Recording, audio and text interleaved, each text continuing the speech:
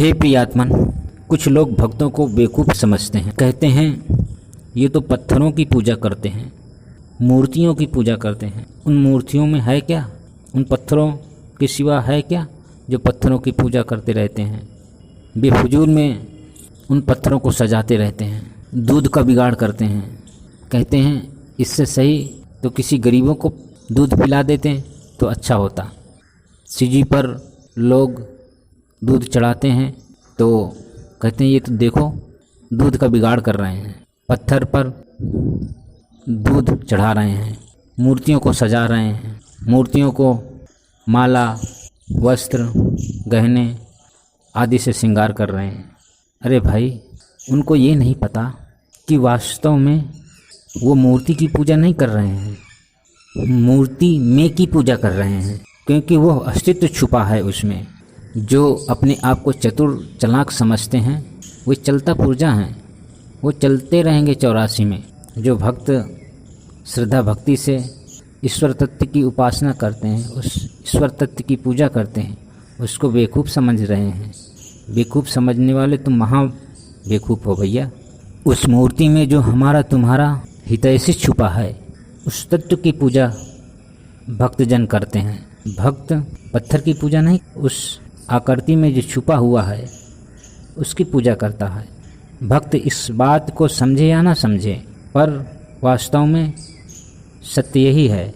जो आत्म तत्व विद्यमान है उस आत्म तत्व की पूजा करता है।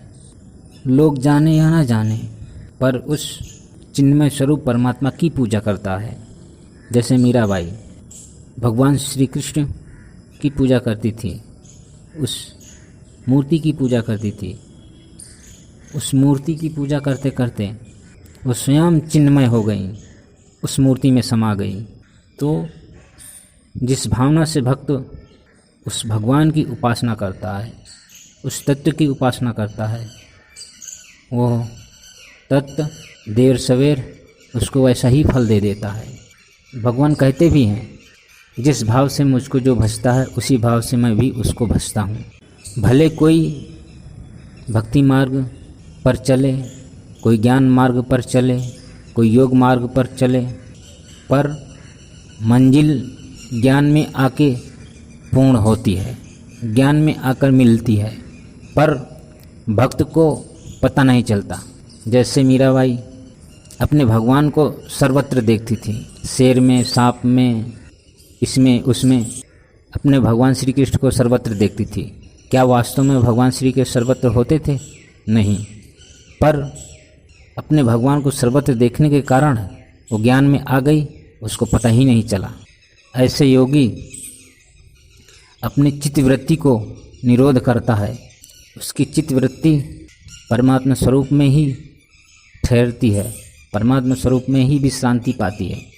विश्रांति योग से वो तत्व में आ जाता है, योगी को पता नहीं चलता। ज्ञानी तो ज्ञान मार्ग में आकर के ज्ञान में उपलब्ध हो जाता है। सत्यम ज्ञानम अनंतम ब्रह्म, उस ब्रह्म के साथ एकाकार हो जाता है। पर चाहे ज्ञानी हो, चाहे भक्ति वाला व्यक्ति हो, चाहे योगी हो, श्रद्धा तो सब में रखनी पड़ती है। श्रद्धा के बल पर ही चल पाता है, श्रद्धा से ही मंजिल मिलती है। अगर श्रद्धा नहीं रखता तो संशय कुसंशय करता रहेगा तो चल नहीं पाएगा। जब चल नहीं पाएगा तो मंजिल कैसे मिलेगी? तो उस अस्तित्व की जाने अनजाने उपासना हमारे भारत देश में होती है। तभी भारत को विश्व गुरु कहा गया है, क्योंकि भारतवासी हमेशा उस ज्ञान में रखते रहते थे, उस ज्ञान को धारण करते थे, उस ज्ञान में लगे रहते थे। इसीलिए भारत को विश्व गुरु कहा गया है।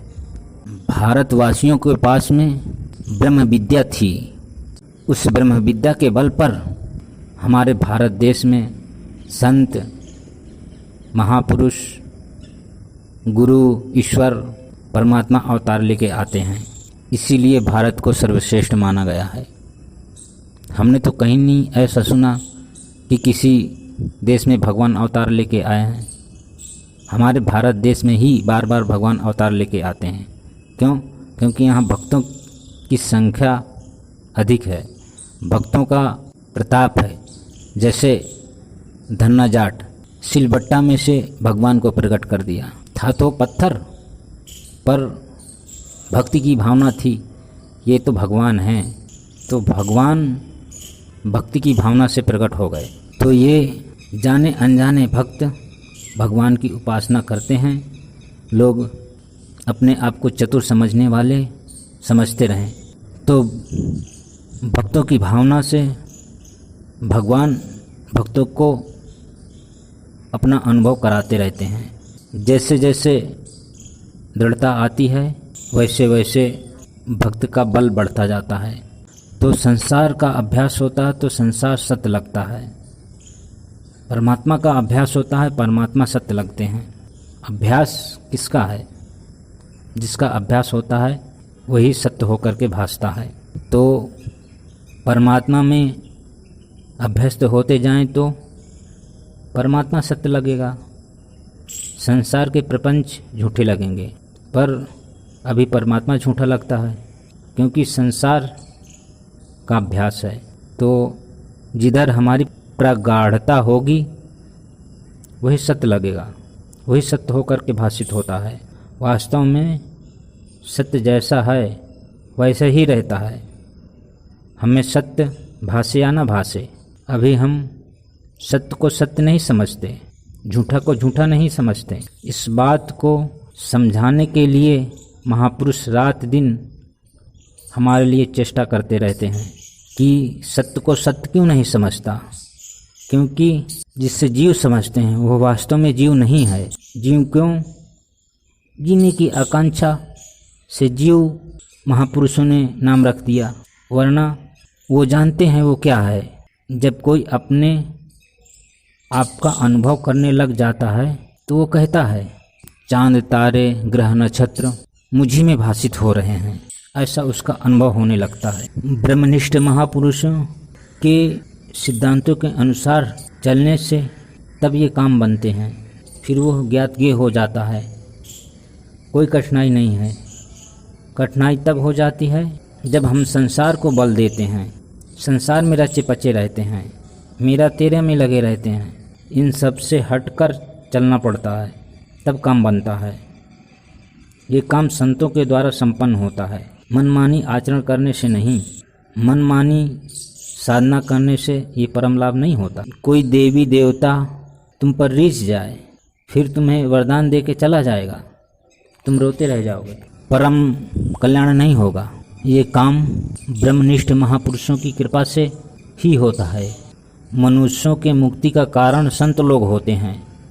ये बात समझने के लिए अंतःकरण परिपक्व होता है, तभी ये बात समझ में आती है।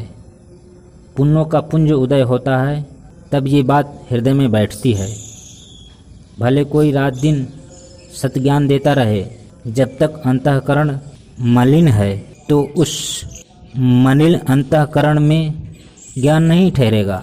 जब उस ज्ञान के अनुसार चलने का कोशिश करता है, जब तक अंतःकरण सत्कर्म से, भगवान नाम से, भगवत आश्रय से शुद्ध या परिपक्व नहीं होता, जब तक संतों का सदुपदेश झेलने की क्षमता नहीं आती, तो वो व्यक्ति महानता के रास्ते कैसे चले।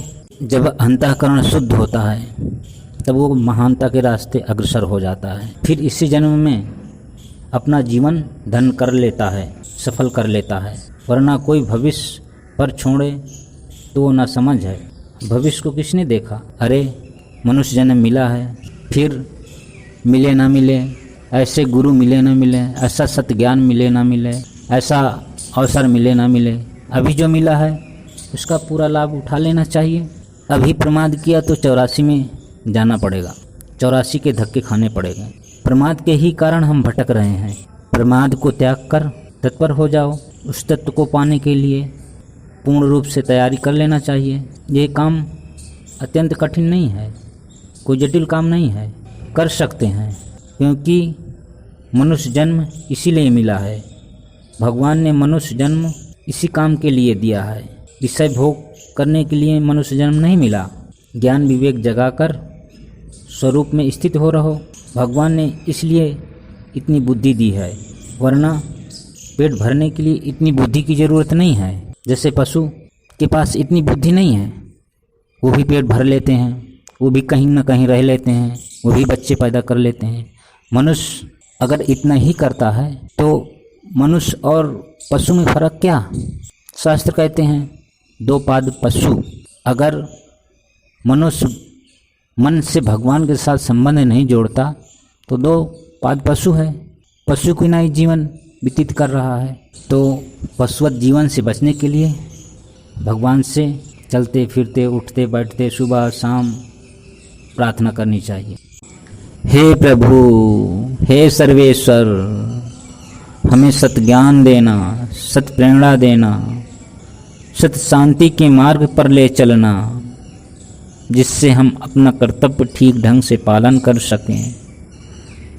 हम जैसे भी हैं आपके हैं प्रभु। रक्ष माम प्रभु रक्ष माम, तमेव शरणं गच्छामि।